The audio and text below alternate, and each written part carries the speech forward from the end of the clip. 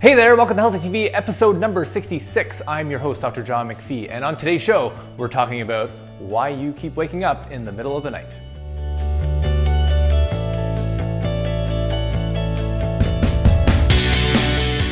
Now, before I dive into today's episode, I just wanted to get a quick poll on who has been actually keeping up with the challenge this month. For those of you who missed that episode back at the beginning of October, we're running a challenge in the practice we do every month, and this month it's eliminating technology 1 hour before bed. So it's just getting rid of all the screen time before bed, and that actually has been shown to really dramatically improve the quality of sleep that you get. And we'll talk a little bit more about why that's the case later on. But if you are doing that challenge, or if you've tried it and you failed or whatever, just comment below, let me know what your experience has been like. I know for me, I'll be honest, it's been really challenging this month. I've had a really hard time getting off my phone, getting off my laptop. I have not been successful 100% of the time. I've probably been about 85%. So I just wanted to share that with you. I struggle with this stuff too, okay? And so we're just all learning along the same path. Next thing I wanted to mention was last week's episode, I actually got a lot of comments and questions about the particular, I talked about the best kept secret for improving the quality of sleep that you get. And so go back to last week and watch that episode. And I've included the blog post because some people really seem to get a lot of value out of the blog post when I go through my pre-bed routine. So I list out 5 things that I do. 5 right there. 5 things that I do before bed every night, or at least most nights. And when I do it, the quality of sleep I get is much better. Okay, so on to today's show, all about why you wake up in the middle of the night. And this came out of questions that I asked people to give me, their kind of biggest struggle or biggest challenge when it comes to sleeping. And by far the most responses, probably like 80% of the responses, referred to some issue relating to like waking up in the middle of the night. Whether it's once or multiple times. And I actually, there was a while where I really struggled with this particular problem myself. And man, it's so frustrating. I'm with you. I understand how it actually is like angering. Like, why the heck am I awake? What's the purpose? What's actually going on? And how do I stop that from happening? So I'm going to share with you some of the tricks, some of the tips that I discovered that really made a difference for me. But really when it comes down to it, the research shows there's really 3 main reasons why people, at least by people report, waking up in the middle of the night. The first one, and I think a lot of you can relate to this, is you gotta pee, right? You wake up and you're like, ooh, I gotta go to the bathroom. You get this urge to go pee or urinate. And so what's interesting about that one is that your brain actually has a mechanism built in so that when you're in good quality sleep, like a deep REM sleep, it actually dampens that signal to go urinate. So if you're waking up with the needing to go pee, that's just a symptom of some other problem. Okay, so I'm gonna put that one aside for a moment. The second one is you've got a noisy neighbor in bed with you. And now I understand this is a real challenge for some couples. I don't have to deal with this, but if you've got someone who's snoring or tosses and turns all night, that can be a real challenge. There's no, I guess there is a simple solution to that. It's like, just get your own bed. But I realize that can be quite challenging for partners. But something that to consider is when you suffer in your quality of sleep, and if it's as a result of being woken up by a noisy neighbor, that if you consistently get poor quality sleep, that literally is taking years off your life. So you really have to put that into context and what the value is that you get from being in the same bed versus being in your own bed. So I'll leave that one aside as well, because really by and large, the biggest reason why people are woken up in the middle of the night is because their hormones are messed up.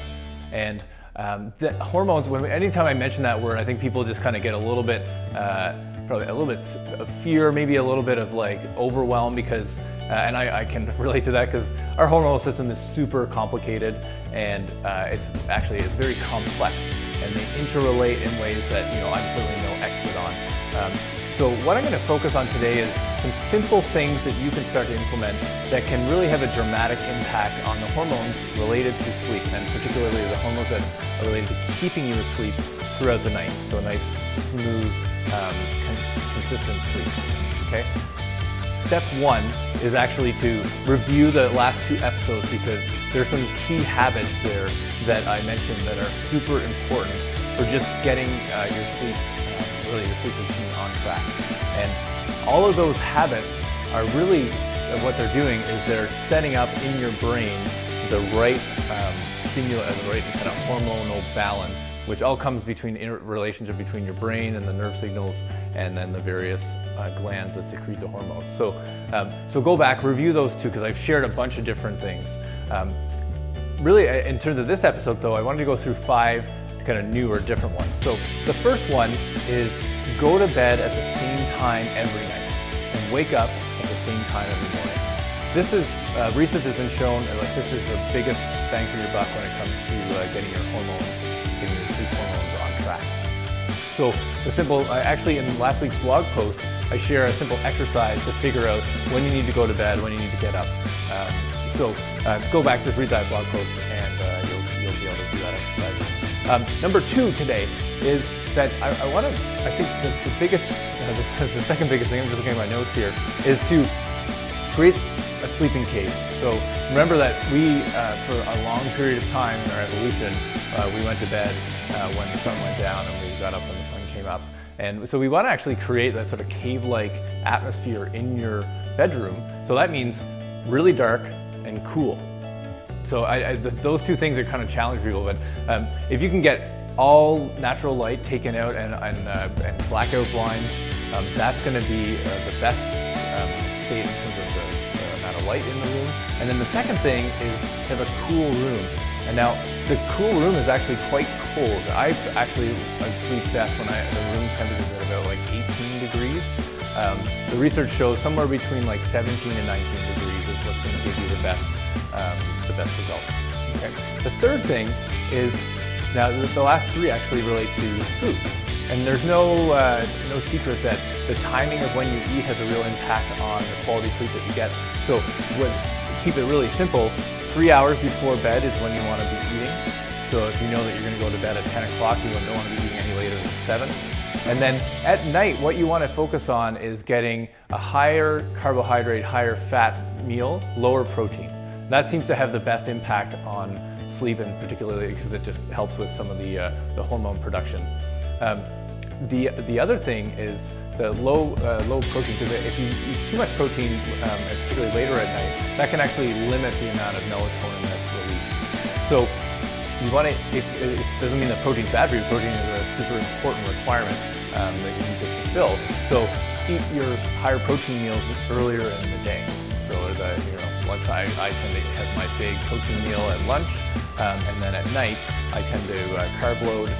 So that's when I eat more. The majority of my carbohydrates come at night, and also high fat. Okay. So that's number 3 and 4. And then the last thing is a particular supplement that tends to give people a lot of help, and that's a magnesium supplement. It's certainly not a panacea, but for most people we're deficient in magnesium. It's a really important micronutrient. So I recommend, if you do struggle with sleep, and particularly staying asleep, it's getting a good quality magnesium supplement. If you need some suggestions, just put in the comments below, and I'll give you some options that you can get at your local health food store. All right, so that's the top 5 things I think that can really make a big difference. A consistent bedtime and wake up time, keep your bedroom dark and cool, eat your carbs and fat at night, protein at lunch, and then high quality magnesium supplement. Those 5 things should really help to improve the consistency of your sleep, and certainly the quality of your sleep. All right, so I'd love to hear your comments. Any questions if you've tried any of those things, if you've noticed a change, I'd love to get your feedback. If you have any other particular questions about sleep, I've got 1 more week to go, and I'm always happy to address questions. Maybe we could do like a rapid fire type episode. And definitely check out the blog post above, because there's some additional pre-bed routine items there that I think are really valuable. All right, great. Have a great weekend, and we will chat next week.